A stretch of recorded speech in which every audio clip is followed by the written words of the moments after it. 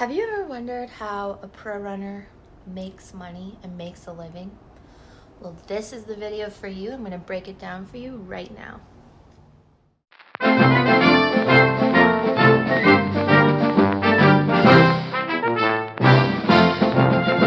My name's Natosha Rogers. I am a pro runner for Brooks Running. I have been running pro for 7 years, right out of college. I've had some really great financial years and I've had some harder ones. I've even lost sponsorship in the middle of my career and had to figure out a new sponsor. So I know the ins and outs of the industry. There's some really great money to be made in long distance running. And yeah, let's get into it. All right, let's get serious. Let me get my handy dandy whiteboard. How a pro runner makes money. Very, very important. You gotta be making money if you wanna keep doing this out of college, or else you're gonna have to get a real job. And some people make it work. They continue to run while having a corporate job or some other type of job, but it gets a lot harder to get the elite style of training in when you're working 8 hours a day. Trust me, I know. So what the most important thing is, sponsorship. Correction, I wouldn't say sponsorship is the most important thing, because you absolutely can make money without sponsorship. It's just probably a much better situation if you're getting sponsored. Because if you're not getting sponsored, you're going to have to depend on just making money on the roads, which I'll get into that. If you really want to train like you're going to make an Olympic team, you kind of need a brand behind you. You probably need an agent. An agent takes 15% of everything you make. It's really fun. But an agent has the connections to the shoe companies. So, in order to get a sponsorship, you got to get an agent who has the connections with the shoe companies, and they will negotiate a contract. Now, these contracts can be anywhere from 1 year to 4 years. When I first signed out of college, I had I think it was a 3-year contract. Yeah, it was 3 years. I did have to uproot my life and move all the way across the country to in the middle of nowhere, New Hampshire. Sometimes that happens when you sign with a shoe company. You are expected to do things on their terms, go be a part of their training group, and basically sacrifice everything for that shoe contract. And that's what I did. That personally, for me, did not work. I am a very different runner. I need to do things my way. And I know my body. I've proven myself that I'm, able to get the job done, but that can be hard when you're not happy where you are. So ultimately, I tried to stick it out up on the East Coast. After New Hampshire, I went to Boston, and though I love Boston, I needed to move back home to Colorado. In doing that, my contract got cut in half. So that's pretty normal in the industry. Yeah, you face contract reductions. You face consequences for wanting to do things your own way, kind of. But good news is the other way to make money as a pro, which I have become a pro at. And that is road racing.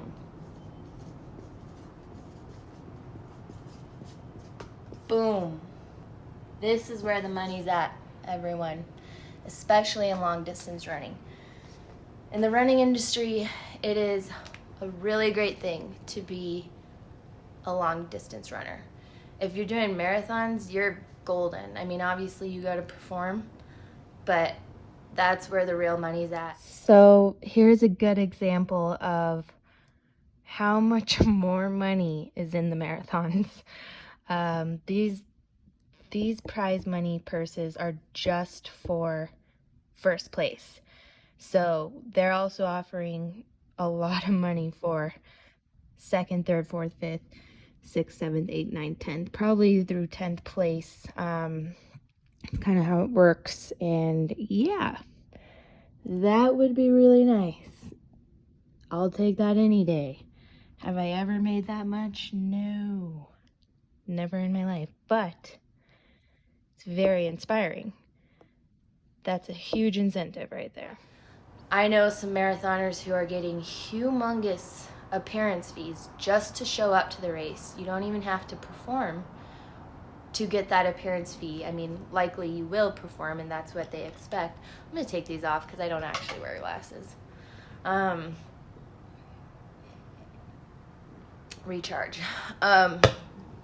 So anyways, I'm not a marathoner yet, but you best believe I'm going to be wanting to make that money. And I think I will be very good at the marathon, hopefully someday.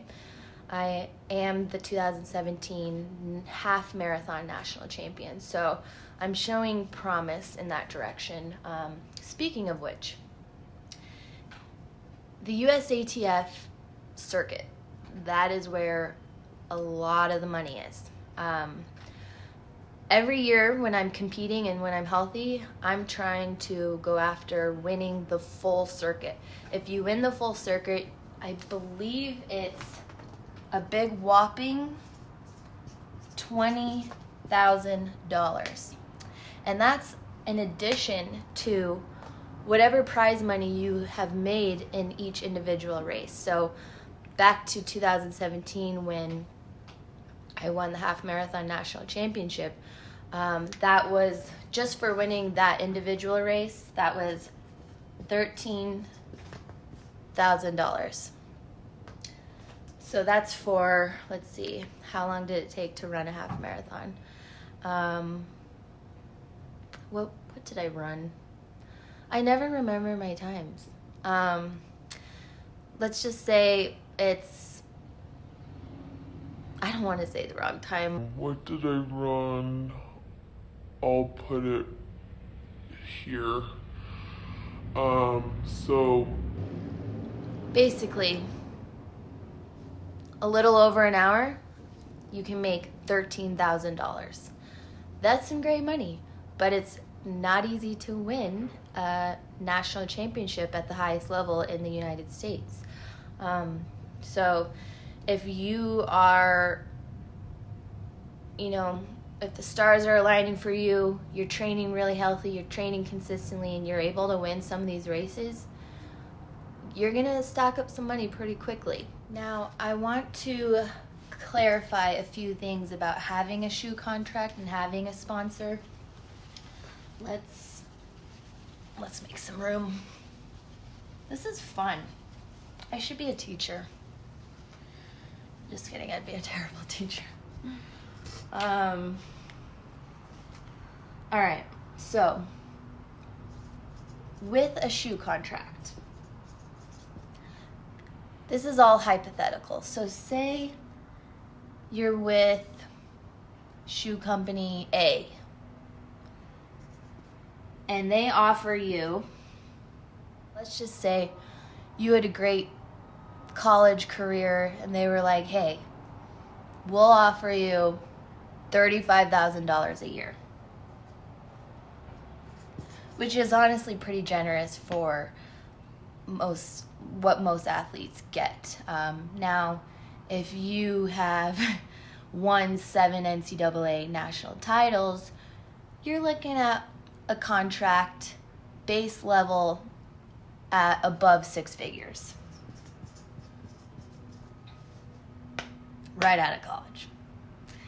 So if you're one of these guys and you're making less money, it helps a lot, don't get me wrong, but you're gonna have to pay rent, you're gonna have to buy groceries, and you're gonna be needing to make a little more money. So thankfully, shoe companies, most of them, will write in bonuses. So plus bonuses. Ding, ding, ding. Take advantage of this. So depending on how you perform in a race of a high caliber, so like a national championship, say you went to the 5K championships, a great race, you run in New York City, you finish the race in Central Park, love that race. Say you placed second there, which is very hard to do, mind you. So if you had a second place, God, my handwriting is terrible. So if you had a second place finish,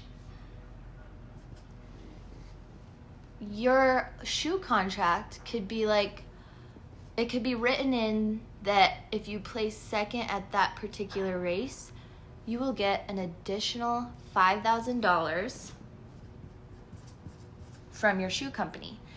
And that's on top of I think it was at the 5K champs, I think second place gets $5,000 from New York Roadrunners, from the race directors. So that's a $10,000 day for you. One day, $10,000 in addition to your $35,000 base contract. Now, that brings me to my next point. You want to get on these road race directors' good side. You want to show your face. You want to be a respectable human. And you want to perform well. And they will keep inviting you back. They may even offer appearance money just to show up to the race, and then they offer very generous prize money. All right, so I told you how the money could be good, but there's a catch. In distance running, injuries are very, very, very common, unfortunately, and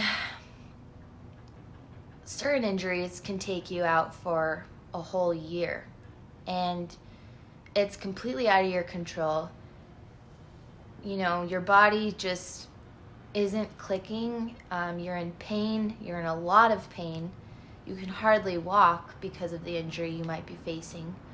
You might even have to get surgery or something crazy like that. When that happens, you're going to see a bad financial year. Unless you have a legit relationship with your sponsors and they're willing to support you through anything. That's possible, but it's not really how the industry works. You got to be performing, you got to be showing up. And that's the harsh reality of this job is, your body has to be able. And it's really, really hard to keep that consistent. I personally did lose sponsorship in 2019. I got a very bad knee injury, and then it was made worse by seeing a doctor. I basically had a hard time walking for a year, and that was a very scary thing. And things weren't looking good as far as me being able to call this a career anymore. And so I was dropped by my sponsors and kind of just left to fend for myself as a 27-year-old No other job experience. I had only been running professionally directly out of college up until I was 27 years old. And then just dunzo, dropped, fell off the face of the earth. No support, yada yada. It's kind of the truth of how this industry can work. Now, could I have done things differently and better? Absolutely. Did I make some mistakes? Yes, I did. But it is such a hard industry to be in sometimes. And so at 27, I started applying to normal people jobs, and it was really hard to have anybody take me seriously with just running on my resume. I run fast in circles. I've won this race and that race, and they're like, okay, well, can you sell something? Can you code? Can you do that? Like, it's a lot. It's hard. I ended up getting a job at a tech company selling artificial intelligence. The hardest thing I've ever done, but it was a good experience. Luckily, though, because of my talent, because of my passion, people wanted to see me have another chance to make an Olympic team. With the 2020 Olympics around the corner, I got picked up by the Hanson's Original Distance Project and Brooks Running. Yes! Yes! Yes! Yes! Yes! And I am forever thankful. I can't believe how lucky I am to be back doing what I love. But long story short, in those years where I got injured, lost sponsorship, had to get a corporate job, left my corporate job, and signed back into the shoe company world, the running world, I was struggling. I was worried about money there for a while, and that happens in this industry, but I knew that I could get back to where I needed to be. I knew that there was money to be made on the roads. I have a great sponsor, and I have a great coach and a great team. They're very generous, and so you got to, as a pro, if you want to be a pro, you got to expect the roller coaster, and you got to be tough, and you got to keep fighting. When you're low, you have to see the sliver of hope. You have to see the silver lining. You have to dream big and make that money. And yeah. So if you're running healthy, if your training is consistent, if you're vibing with your coach, the stars are aligning, etc., there's some really good money to be made. The best runners are making like over $300,000. Like, that's not me. Those are the runners who are the most consistent, who shoe companies want to be the face of the brand. You got to kind of fit the mold. You got to be America's sweetheart. Fitting the mold. Let's just leave it at that. Being consistent. Oh, and obviously you're making teams. You're making the Olympics. You're making world championships. That is the most important thing to shoe companies. So I shouldn't forget to mention that little detail. The money can be good. You could be making over 6 figures with just your contract from a shoe company or through road racing. I personally have had lower shoe contracts and then made way more in road running. So, you gotta get what you earn, get what you deserve, and you can earn it. Trust me, you can prove yourself and you can earn it, and you should. There's nothing wrong with wanting a little dough, okay?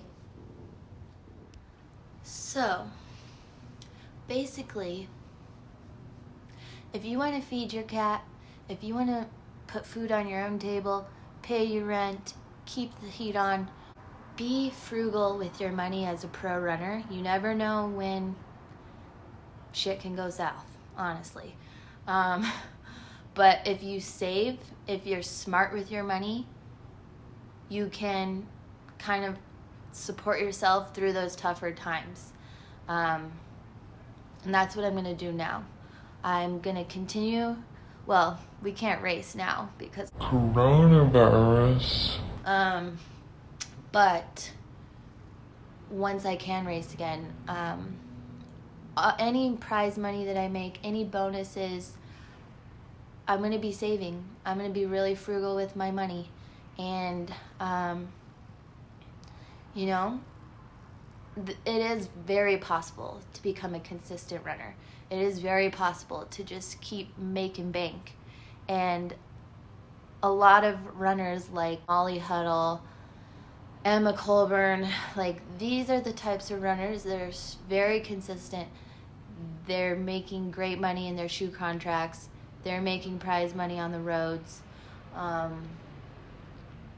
And they're staying consistent. They're making championship teams. They're going to the Olympics. They're getting other sponsors, that not shoe companies, but you can get other sponsorships like, I don't know, like Noon, Red Bulls, things like that. They're getting a lot of opportunities elsewhere too. I am not the most consistent. Let's not be in denial about that. But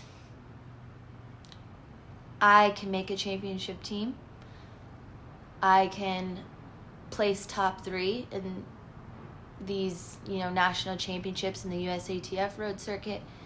And I can stay consistent and healthy. Why? Because I'm getting smarter at this. There's a learning curve. You better believe it. And some of us have a harder time with that, with learning curves in general. But there's always room for improvement. There's always room for hope. And I'm going to keep this kitty fed because she's a spoiled little brat. She looks like she hates me right now, but she's actually purring. Listen. I don't know if you can hear that, but she loves me. All right, I hope that you guys found this educational. I hope that you found it interesting, and I hope that it inspires some of you to make some money in this industry. If you believe in yourself, then anything can happen. So don't forget that. I'm going to go for a run now. Goodbye.